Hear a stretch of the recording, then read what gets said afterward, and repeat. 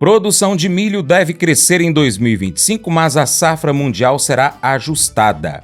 Joãozinho Grafista, quem comenta, traz a análise gráfica aí do setor do milho pra gente, mas antes eu quero te convidar a acompanhar o Paracatu Rural pelo site. Acesse paracaturural.com e cadastre seu e-mail. Commodities Agrícolas, com Joãozinho Grafista. A Conab divulgou na última quinta-feira, dia 12, o terceiro levantamento da safra de grãos para o ciclo 24-25. Os números apontam para uma produção de 322,4 milhões de toneladas, o que representa um aumento de 8,2% frente ao volume obtido no ciclo 23-24. Para o milho, a previsão é de uma produção total de 119,63 milhões de toneladas, 3,4% acima da safra anterior. A semeadura da primeira safra do cereal já ultrapassa 70% da área e as condições climáticas nas principais regiões produtoras favorecem as lavouras. O agente autônomo de investimentos, João Santaella Neto, comenta sobre os dados divulgados pela Conab que apontam para uma safra recorde de grãos no ciclo 24-25. Em relação ao milho, poucos negócios são registrados nesse final de ano. No entanto, a expectativa é que haja boas margens de lucro no decorrer do ano 2025. Olá a todos, o programa Paracatu Rural, aqui quem fala é João Santaella Neto, conhecido há 25 anos como Joãozinho Grafista. E vamos lá comentar como foi o mercado do milho na última semana que passou, o que podemos esperar para essa semana que começa, semana véspera de Natal, depois véspera de Réveillon. Também nas próximas semanas vou estar passando aquele nosso retrospectiva, também falando de como foi o milho ao longo do ano, o que a gente pode esperar para o próximo ano, né? O que a análise gráfica projeta, quais foram as notícias que impactaram o ano no milho, não só no Brasil, mas Los Hermanos, Chicago, podemos esperar para o milho, né? Então, nas próximas semanas vou estar passando para vocês. Então vamos lá, começar com o mercado físico, que sinalizou lentidão, né? Com compradores e vendedores pouco ativos nos negócios, como sempre no final do ano. Isso ao longo da semana que passou, com compradores e vendedores atuando de maneira comedida. Segundo as safras do mercado consultoria, a tendência é de que o mercado perca gradativamente a liquidez até o fechamento do ano. Os pontos de atenção do mercado seguem nas variáveis de câmbio, com forte volatilidade, paridade de exportação, movimentação dos preços futuros, tanto na Bolsa de Mercadorias de Chicago, vou estar falando do gráfico logo daqui a pouco, também na B3, também vou falar do gráfico, e a evolução do clima. Por falar em câmbio, dólar comercial na sexta-feira fechou a R$ 6,0286, com uma alta de 0,29%. As chuvas em bom volume no sul do Brasil nos últimos dias foram favoráveis às lavouras de milho e a novas perspectivas de precipitações para o centro-sul até o final de 2024. No cenário internacional, a Bolsa de Chicago registrou boa valorização até a primeira metade da semana, avaliando os cortes nos estoques finais de passagem promovidos pelo Departamento de Agricultura dos Estados Unidos no relatório de oferta e demanda de dezembro. Mas o mercado perdeu força na quinta-feira com um movimento de realização de lucros, refletindo também o desempenho aquém do esperado nas vendas líquidas norte-americanas de milho. Falar em milho lá em Chicago, na sexta-feira fechou a 430, tá? Uma queda de 0,40%, vou estar falando já. Então vamos lá, como é que ficou os preços internos?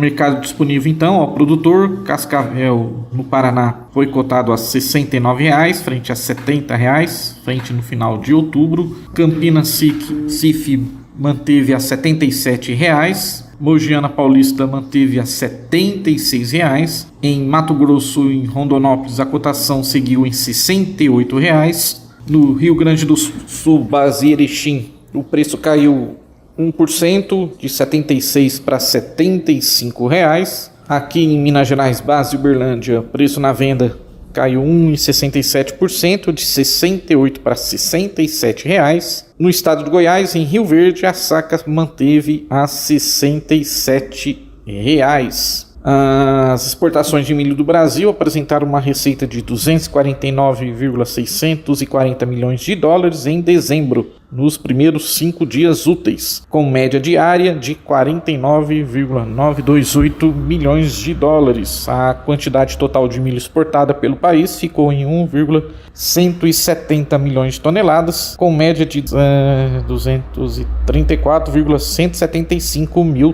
toneladas. Bom, antes de falar como é que foi o milho lá em Chicago, né?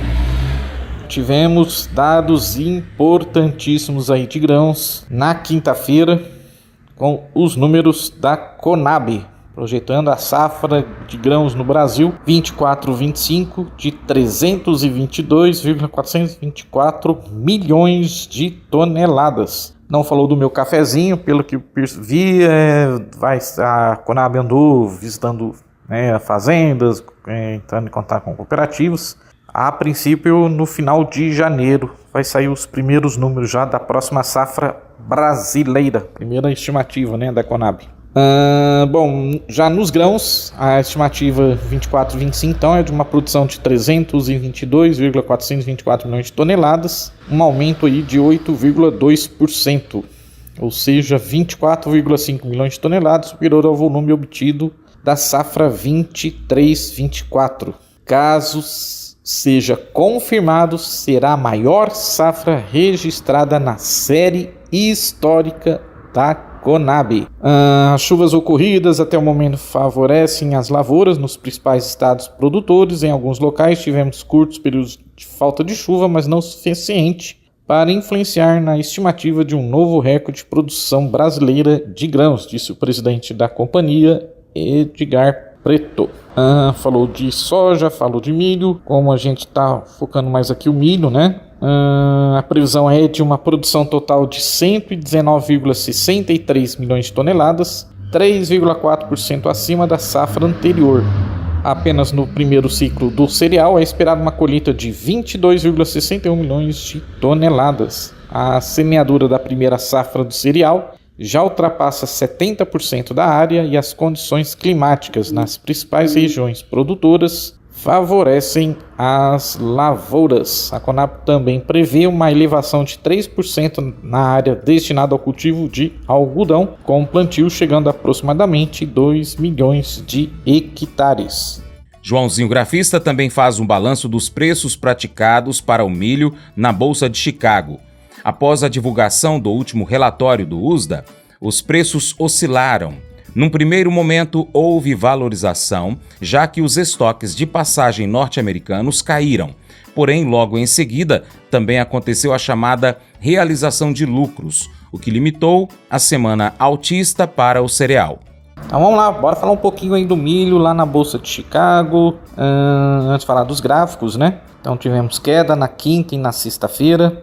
Na quinta-feira os preços caíram 1% para $4,43 o bushel, após o USDA cortar os estoques finais de milho mais do que o esperado, e o milho estendeu uma retração, vou estar falando já no gráfico, testando a resistência de $4,50 por bushel. Até comentei com vocês que poderia buscar essa resistência, 4,70, quem sabe até 5. As fracas vendas de exportações fizeram pouco para mudar o sentimento dos traders nas negociações, disse Donna Hughes da StoneX. As exportações não foram tão boas para grãos e com milho. Atingimos a resistência de vários meses em $4,50 o bushel.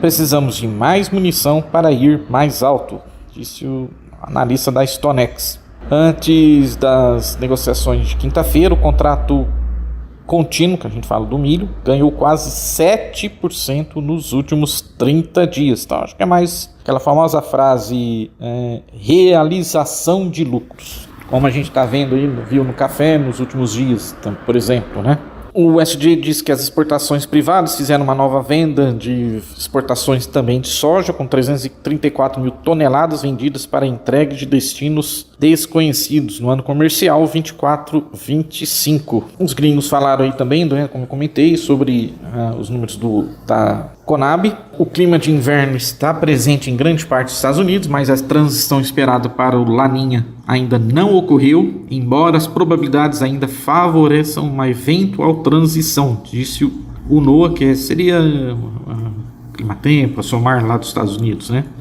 Em último comunicado à imprensa por meio da Climate Prediction Center, a NOAA diz que isso dá à Laninha uma chance de 59% de se desenvolver a qualquer momento entre agora e janeiro de 2025, voltando então ao estado neutro em relação ao ENSO entre março e maio de 2025. Um sistema climático de curta duração significa que quaisquer efeitos na saúde das colheitas dos Estados Unidos provavelmente serão mínimas antes da temporada. Também saiu durante a semana, né, um comentário do analista, né, do diretor do Rabobank, o Carlos Mera. Ele diz que disputas tarifárias e desafios climáticos parecem ser algo que todas as áreas de cultivo ao redor do mundo terão em comum em 2025. As tarifas dos Estados Unidos sobre produtos da China, México e Canadá sob a presidência de Donald Trump ameaçam reduzir as margens de lucro dos agricultores em todo o mundo, especialmente aqueles que produzem os principais grãos e sementes oleaginosas que já tiveram queda nos preços neste ano, disse ele. Na segunda-feira teremos dados importantes aí do USDA, que vai divulgar seu relatório semanal de inspeção de exportação de grãos. A AEA deve divulgar seu relatório semanal de produção e estoques de etanol às 10h30 da manhã, lá na quarta-feira dessa semana. Então, 10h30, mais ou menos em torno do meio-dia e meia, né? Deve sair os dados aí. Então é isso aí. Falar um pouquinho também do milho na sexta-feira, né? De acordo com a agência Safras de Mercado, então os contratos do milho realizou, né? Na sexta-feira o mercado foi pressionado então pela expectativa de que haja um aumento na oferta na América do Sul em meio ao movimento de realização de lucros. Então vamos lá, como é que ficou os gráficos lá em Chicago e o que podemos esperar aí para essa semana que começa. Contrato mais com liquidez, né? A gente vai pro o contrato março, né? O dezembro já está praticamente indo embora. O março, então, como os analistas então falaram, como a gente viu, testamos a resistência de $4,5, não era testado aí desde setembro, tá? Quando lá em setembro, finalzinho de setembro, então o milho testou os 4,50, realizou forte, foi até 415, voltou para 447, voltou para 425, bateu os 450. Primeiro suporte no gráfico é os 435, depois 425, depois só nos 415 e se romper os 450 e o céu é o limite. Tá? Vamos ver os 470, vamos ver os 490, vamos ver os 510 aí, que são objetivos do meu amigo Leonardo Fibonacci. Quanto mais líquido, né, o milho janeiro na B3, então contrato para quem tem os home broker, né, as plataformas aí, CCM F25, tivemos uma resistênciazinha aí no 77, tem uma resistência lá no 78. Ao longo da semana, é claro que o dólar, né, no caso para nós é importante, né, o milho na B3. Quinta e sexta tivemos realizações, mas dos últimos dias, por exemplo, dia 5 de dezembro, o milho na B3 subiu 1,69%, no dia seguinte mais 2%, no outro dia mais 1%, no outro dia mais 1%. Então ele subiu bem aí, né, nos últimos dias, saindo dos 70 para os 77 reais, tá? Então, vamos lá, vamos brincar com o nosso amigo Leonardo Fibonacci, fazendo o que a gente chama de retração. Quem quiser aprender um pouquinho do curso, né, para quem quer aprender a usar o Fibonacci, ponto é ali, ponto no gráfico, suporte forte é o 69, 70, 69, 50, 70 reais, né, bateu 1, 2, 3 vezes ali, e a resistência então é o que eu falei, nos 77, 78, se romper aí a gente tem 80, 82, 85 e o alvo lá nos 90 reais, tá bom? Vai milho, vai Trump, vai Conab, vai commodities. Administre o estresse e não se preocupe. A principal fonte de estresse em sua vida não é o trabalho, mas sim a preocupação. O trabalho não mantém você acordado à noite, a preocupação sim. Deus é muito claro na Bíblia sobre o que ele pensa sobre a preocupação. Filipenses 4,6 diz: não se preocupem com nada. Por que você precisa abandonar a sua preocupação? A preocupação não é razoável por alguns motivos. Primeiro, porque ela exagera o problema. Você já reparou que se alguém diz algo ruim a seu respeito, quanto mais você pensa sobre isso, maior fica? Segundo, a preocupação não funciona. Preocupar-se com algo que você não pode mudar é inútil. E se você preocupar com algo que você pode mudar, é estúpido. Apenas mude. A preocupação não é natural. Não há preocupações natas. Preocupação é algo que você aprendeu. Como a preocupação não é natural, também é prejudicial. Seu corpo não foi projetado para lidar com preocupações. Quando as pessoas dizem "estou doente de preocupação", estão dizendo a verdade. Os médicos dizem que muitas pessoas poderiam deixar o hospital hoje se soubessem como se livrar da culpa, do ressentimento e da preocupação. Provérbios 14:30 diz: "A paz de espírito dá saúde ao corpo." A preocupação é inútil. Ela não pode mudar o passado. Não pode controlar o futuro. Tudo o que ela faz é estragar o hoje. A única coisa que a preocupação muda é você. Ela te faz infeliz. Isso nunca resolveu um problema. A preocupação é desnecessária. Deus fez você. Ele te criou. Ele te salvou e colocou o seu espírito em você. Você não acha que Ele vai cuidar das suas necessidades? O primeiro passo para administrar o estresse é recusar-se a se preocupar com qualquer coisa. Por quê? Porque é irracional, antinatural, é inútil e também desnecessário. A Bíblia diz em 1 Pedro, capítulo 5, verso 7, "Entreguem todas as suas preocupações a Deus, pois Ele cuida de vocês." Deus se preocupa pessoalmente com você e com as suas necessidades. Sabe todas aquelas coisas que estão te estressando e te deixando ansioso e preocupado? Deixe tudo isso ir embora. Entregue a Deus. Esse devocional faz parte do plano de estudos Hábitos de Felicidade do aplicativo bíblia.com. Muito obrigado pela sua atenção, Deus te abençoe e até o próximo encontro. Tchau, tchau.